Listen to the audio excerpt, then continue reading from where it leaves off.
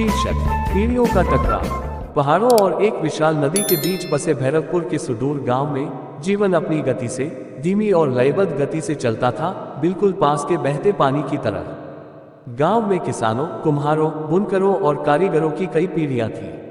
वे सादा जीवन जीते थे, भूमि और सदियों से चली आ रही परंपराओं का सम्मान करते थे। आदरणीय भीमा के नेतृत्व में गांव के बुजुर्ग इन परंपराओं के रखवाले थे। वह 80 से ज्यादा उम्र के थे। उनके चेहरे पर ज्ञान और वर्षों की कड़ी मेहनत झलक रही थी। भीमा ने अपने करीबी दोस्तों रतनलाल, सुंदर और कलावती के साथ मिलकर बुजुर्गों की परिषद बनाई। उन्होंने गांव को बढ़ते देखा था, सूखे को झेला था, फसल का जश्न मनाया था और साथ मिलकर नुकसान का शोक मनाया था। भैरवपुर में जीवन सूर्योदय और सूर्यास्त की तरह ही पूर्वानुमानित था। अब तक बदलाव आ रहा था और ये तेजी से आ रहा था। आधुनिक शहरों के वादों से प्रेरित युवा पीढ़ी अब अपने माता पिता और दादा दादी द्वारा बनाए गए जीवन से संतुष्ट नहीं थी। वे और अधिक की चाहत रखते थे, अधिक अवसर, अधिक उत्साह और भैरवपुर की सीमाओं से परे एक जीवन। बदलाव की इस इच्छा का नेतृत्व भीमा के पोते जय ने किया, जो कई साल पहले इंजीनियरिंग की पढ़ाई करने के लिए शहर चले गए थे। जय अब 26 साल का एक युवा था, जो ऊर्जा और महत्वाकांक्षा से भरा हुआ था। वह अभी अभी शहर से लौटा था, लेकिन वह वही लड़का नहीं था जो शहर छोड़कर गया था। शहर ने उसे बदल दिया था। वह तकनीक, तेज तर्रार जिंदगी और सबसे बढ़कर वहां महसूस की जाने वाली आज़ादी की भावना से मोहित था। उसके दिमाग में भैरवपुर समय में अटका हुआ था, अतीत का एक अवशेष जिसका आधुनिक दुनिया में कोई स्थान नहीं था। जय ने एक शाम भीमा के साथ आग के पास बैठकर कहा, मैं इस गांव की मदद करना चाहता हूं दादाजी, लेकिन जिस तरह से अब हालात हैं, ये बच नहीं सकता। हमें आधुनिकीकरण की जरूरत है। हमें सड़कें बनाने, हर घर में बिजली लाने और इन पुराने तरीकों को और अधिक कुशल तरीकों से बदलने की जरूरत है। भविष्य तकनीक में है। भीमा मुस्कुराया, उसकी आंखें टिमटिमाती आग की रोशनी में चमक रही थी। भविष्य भले ही तकनीक में हो, लेकिन हमारे गांव की आत्मा इन परंपराओं में है जय। हम सैकड़ों सालों से शहर के तौर तरीकों के बिना ही जीवित हैं। जिसे तुम प्रगति कहते हो, उसकी कीमत हमें तुम्हारी सोच से कहीं ज्यादा चुकानी पड़ सकती है। जय निराश होकर खड़ा हो गया। तुम समझ नहीं रहे दादाजी, लोग गांव छोड़कर जा रहे हैं क्योंकि यहाँ कोई भविष्य नहीं है। अगर हम नहीं बदलते तो कुछ सालों में भैरवपुर खाली हो जाएगा। भीमा ने आह भरी। वह अपने पोते से प्यार करता था, लेकिन वह नए के आकर्षण में खुद को खोने के खतरे को भी जानता था। जय के प्रस्ताव पर चर्चा करने के लिए अगले दिन बुजुर्गों की एक बैठक थी, लेकिन बैठक तनावपूर्ण थी।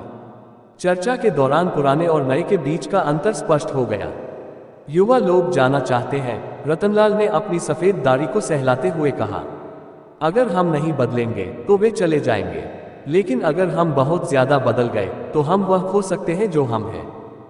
कलावती ने नर्म लेकिन दृढ़ स्वर में कहा, हम प्रगति को रोक नहीं सकते, लेकिन हम उन जड़ों को भी नहीं भूल सकते जो हमें बांधती हैं।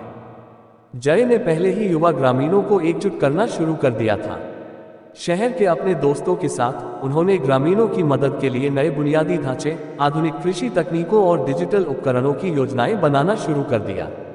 उनका मानना था कि गांव के अस्तित्व की कुंजी बाकी दुनिया से उसके जुड़ाव में है, न कि अतीत को बचाए रखने में।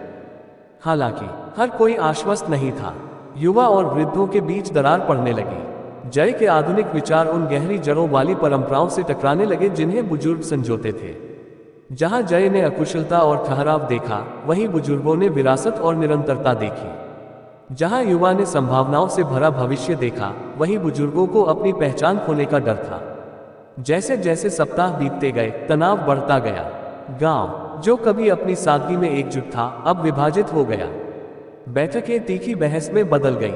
युवा बुजुर्गों पर अतीत में फंसने का आरोप लगाते थे, जबकि बुजुर्गों को लगता था कि युवा उनके जीवन के तरीके के प्रति सम्मान खो चुके हैं।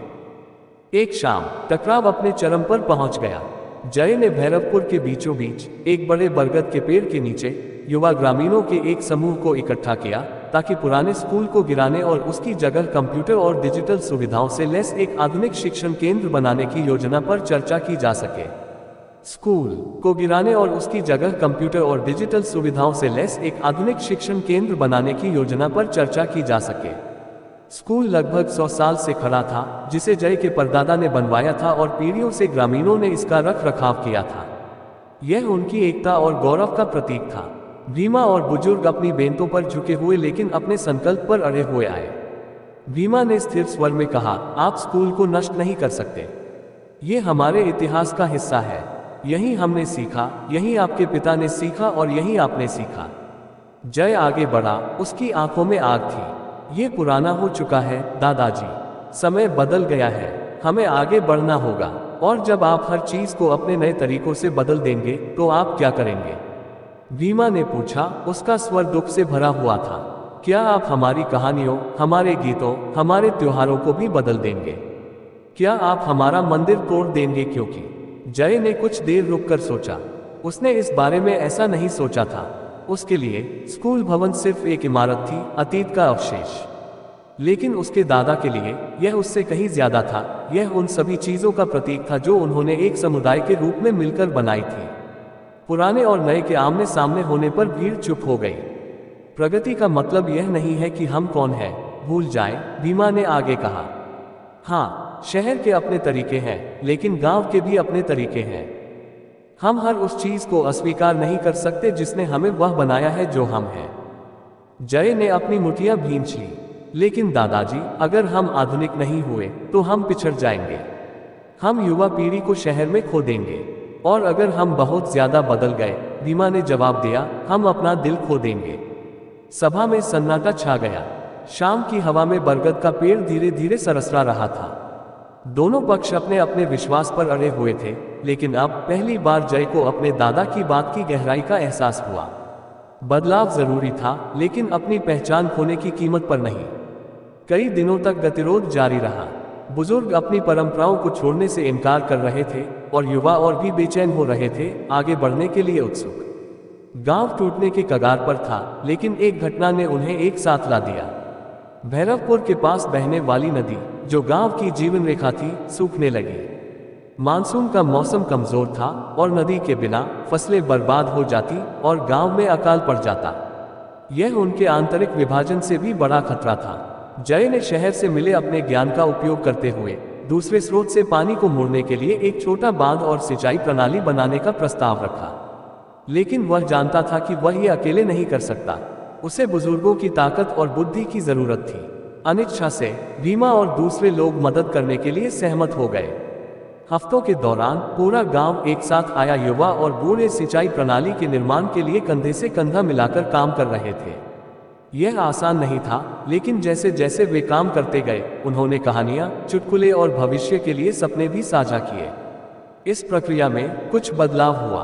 बुजुर्गों ने जय के कुछ विचारों में मूल्य देखना शुरू कर दिया और बदले में जय ने बुजुर्गों की बुद्धि और अनुभव की सराहना करना सीखा। बांध ठीक समय पर बनकर तैयार हो गया, जिससे फसलें बच गईं और इसके साथ ही गांव भी। पुराने और नए के बीच की लड़ाई रातों रात खत्म नहीं हुई। अभी भी असहमतियां थीं, अभी भी इस बात पर बहस चल रही थी कि क्या बदलना चाहिए और क्या रहना चाहिए। लेकिन कुछ बुनियादी बदलाव हुआ था। एक दूसरे के दृष्टिकोण के लिए एक नया सम्मान था। भैरवपुर रातों रात एक आधुनिक शहर नहीं बनने वाला था, लेकिन यह अतीत में भी नहीं अटका था। इसने परंपरा और प्रगति के बीच संतुलन बनाने का एक तरीका खोज लिया, अतीत का सम्मान करते हुए भविष्य को गले लगा लिया। और उस संतुलन में गांव ने अपनी ताकत पाई। जय एक शाम अपने दादा के पास खड़ा था, गांव की ओर देख रहा था। मुझे लगता है कि अब मैं समझ गया हूं दादाजी, जय ने धीरे से कहा। हमें दोनों की जरूरत है, पुराने और नए की।